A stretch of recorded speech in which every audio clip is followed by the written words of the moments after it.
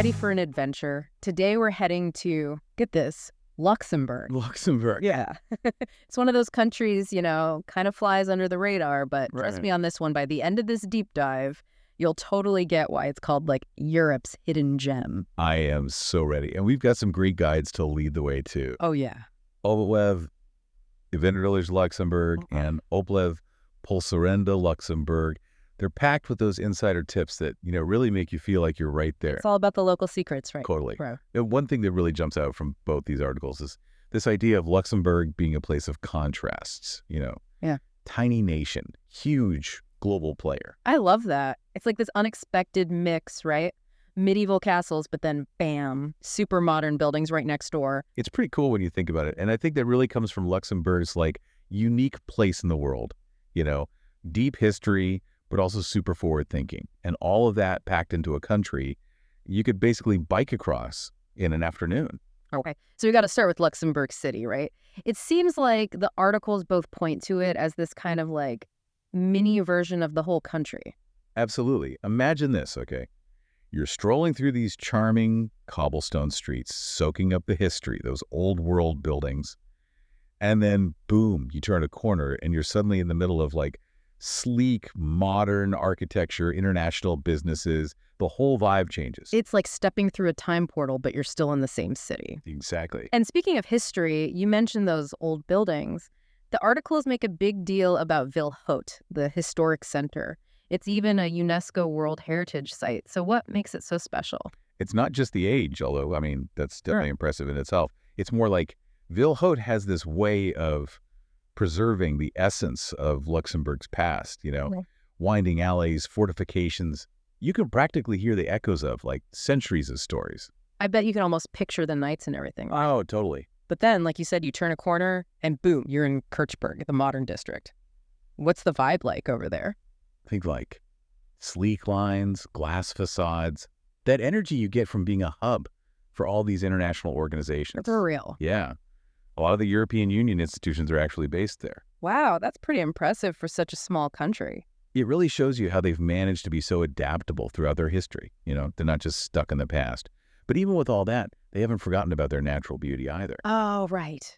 The articles mention Grund and Chartreuse Valley as must-sees. What are those places like? So picture this. Grund is nestled down in the valley, right by the Alzette River. You've got charming houses, little cafes, all these picturesque bridges. And then you've got Chartreuse Valley, lush greenery, amazing views of the city, perfect for a stroll, It sounds so peaceful. Okay, I'm sold. Adding those to my list. Hmm. But we can't stay in the city forever. What's next on our Luxembourg adventure? Road trip time. Luxembourg might be small, but it is packed with hidden gems. I'm ready to hit the road, and I think I know exactly where we're headed first. Vianden Castle. Of course, it's iconic. Right. Who doesn't love a good castle? What's the story with this one? Is it one of those ruined ones, or can you actually go inside? Oh, you can definitely go inside. They've restored it beautifully. Imagine yourself walking through those ancient halls, peeking into chambers. It's like stepping back in time. That's what I'm talking about. Okay, but confession time. Yeah. As much as I love history, I'm also a huge fan of nature. Do the articles mention any natural wonders in Luxembourg? Get ready for this. We're going to the Millerthal region, nicknamed Little Switzerland. Little Switzerland. Okay, now you have my full attention. Think dramatic rock formations, lush forests, hidden waterfalls. It's a hiker's paradise. The article specifically mentioned Schießentumpel Waterfall and Hala Cave. It's incredible how much diversity is packed into such a small country. Okay, so we've got bustling cities, fairy tale castles, and a hiker's paradise. What else does Luxembourg have in store for us? Buckle up, because we're heading to Echternach next. Echternach. Tell me more. It's the oldest town in Luxembourg, steeped in history. Older than that castle we just talked about. Oh, yeah. Its history goes way back. The Benedictine Abbey is the heart of the town, and it's surrounded by these charming streets and traditional architecture. But here's the thing. It's not stuck in the past, What do you mean? Well, the articles mention these traditional dancing ceremonies that they still do today. It's like they're connecting their past to their present in this really cool way. I love that. It's like a living, breathing history. Okay, speaking of history, I think it's time we dove into the historical tapestry of Luxembourg itself. What do you say we put on our explorer hats and journey back in time? When you think about a country's history, you think battles, castles, that kind of thing. But I get the feeling Luxembourg's story goes a bit deeper than that, don't you think? Oh, absolutely. To really get what makes Luxembourg, well, Luxembourg, we got to dig into all those layers of history, the different events and influences that have shaped it over time. It's like putting together a puzzle. And one of the first pieces that really stood out to me from these articles was this whole thing about Luxembourg being a fortress. They called it the Gibraltar of the North. It's pretty intense. Right, this tiny country holding its own. And the Bach casemates and that Bach promenade in Luxembourg City, those are awesome examples of that. Those underground tunnels and fortifications weren't just for show. So tell me more about them. What made them so special? They were seriously strong, practically impossible to break through. Can you imagine being an attacker trying to get past those defenses? Good luck. They were like underground cities, living quarters, bakeries, even workshops down there. Wow, that's insane. Walking through those tunnels would be like stepping back in time. Exactly. But to really get the full picture of Luxembourg's history, the articles recommend checking out the Luxembourg City History Museum. It's full of artifacts and exhibits, really brings the past to life. I love a good museum. But speaking of history, it's funny. When I think of Luxembourg now, I think of finance. It's a huge global financial hub. So how does that whole side of things fit into this whole historical tapestry we've been talking about? That's a great question. And it actually leads us to a side of Luxembourg that often gets overlooked. Yeah. It's easy to forget about their industrial past. Oh, right. I remember the articles mentioning something about that. It's not the first thing that comes to mind, I'll admit. You don't usually picture a country known for finance and think industrial powerhouse. I know, right? It's those aha moments that make these deep dives so fun. But for real, if you want to experience that side of Luxembourg, you got to go to the Fond de Gras. The Fond de Gras. Yeah, it's this open-air museum, all about their industrial history. Imagine steam engines, the sounds of machinery. You can practically feel the energy of that time. So we've got medieval fortresses, a whole boom of industry, and now a global financial center. Talk about a dynamic history. And it doesn't stop there. Remember those contrasting cultural influences we were talking about before? They don't just influence the architecture. They're woven into the food, the culture, everything. Oh, yes, the food. The articles did not hold back on the delicious descriptions of Luxembourgish cuisine. It sounds amazing, like a real mix of different flavors. Exactly. Imagine sitting down to a meal that's like a fusion of French, German, and Belgian cooking.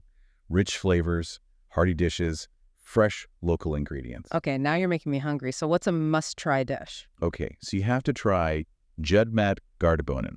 Judmet, what was that? Judmat Gardebonen. It's smoked pork with broad beans, a total classic Luxembourgish dish. It sounds amazing. And for dessert, there's got to be something sweet to finish off a meal like that. Of course. Ketchen tart. It's like this amazing plum tart, a flaky, buttery crust, and it's filled with sweet plums and a hint of cinnamon. So, so good. Stop. I can practically taste it. I'm already picturing myself at a cafe, enjoying some Ketchen tart, maybe sipping on a glass of their famous Moselle wine. Ah, yes, the Moselle Valley. Beautiful vineyards, charming villages, the perfect place to unwind. It sounds idyllic. Okay, but before we get too carried away dreaming of wine and plum tarts, we should probably give our listeners some practical info, for those inspired to book that trip to Luxembourg. Logistics time. All right, so let's say you're ready to book that trip to Luxembourg. What are the practical things you need to know? Visas, for example, any hoops to jump through there? Good news for a lot of our listeners. Luxembourg is part of that Schengen area, so for many nationalities, you can travel there visa-free for up to 90 days. But, it's always smart to double-check the specific rules for your situation, just in case. Always better to be safe than sorry. Oh. Okay, so now you've landed in Luxembourg, ready to explore those castles and maybe try some of that delicious food we were talking about. How do you get around? Luxembourg has a really great public transportation system. Trains are definitely the way to go, comfy, efficient, get you everywhere. And get this, they've got free city buses in Luxembourg City. Free? That's awesome. Okay, last question before we send our listeners off on their mental Luxembourg vacations. What's the deal with money? They use the euro, which is super convenient, especially if you're coming from another Eurozone country. ATMs are easy to find, and most places take cards, but, just like anywhere else, it's smart to keep a little cash handy for those smaller shops or markets. Good to know. It's funny, as we've been talking about Luxembourg, it really strikes me how much history is baked into the place. It's not just something you read in a textbook. It's everywhere you look. Absolutely. The architecture, the food, even the way they've held on to their industrial past.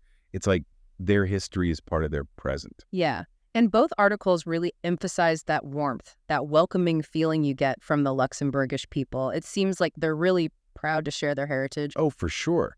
So, like, don't be afraid to strike up a conversation with locals. Ask questions.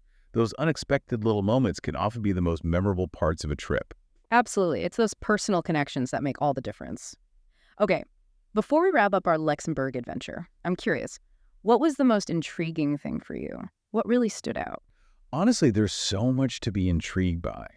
But I think for me, it was that blend, that unexpected mix of like deep, rich history and then this really forward-thinking, innovative spirit. Yeah. It really challenges your assumptions about what a small country can be. Right. It reminds you that every place has these hidden depths just waiting to be discovered. And sometimes it's those unexpected things, those hidden gems that end up being the most memorable. Totally. It's like unearthing a treasure. Exactly.